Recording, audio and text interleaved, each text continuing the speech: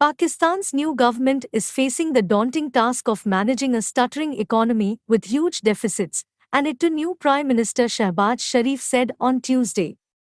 Sharif, 70, the younger brother of former Premier Nawaz Sharif, was elected as Prime Minister on Monday followed a week-long constitutional crisis after Parliament ousted Imran Khan in a no-confidence vote. Imran Khan has left a critical mess, Miftah Ismail, who is likely to be Sharif's finance minister, told a news conference in Islamabad, adding the suspended talks with the International Monetary Fund, IMF, would be resumed as a priority. "We will restart talks with the IMF," he said. Ismail repeated Sharif's concerns raised in his maiden speech in Parliament at what he described as record deficits his government will inherit from Khan, who was accused by the opposition of mismanaging the economy. Sharif set up a National Economic Advisory Council in his first meeting on Tuesday.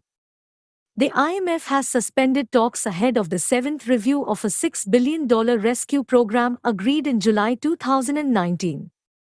Pakistan's current account deficit is projected at around 4% of GDP for the 2022 fiscal year, FY, the country's central bank said last week, while foreign reserves dropped to $11.3 billion as at 1st April, compared with $16.2 billion less than a month earlier.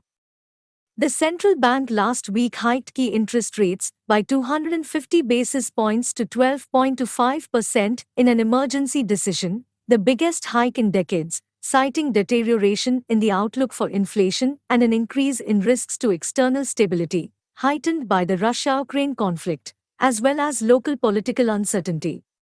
The bank also revised average inflation forecasts upwards to slightly above 11% in FY22, which ends in June.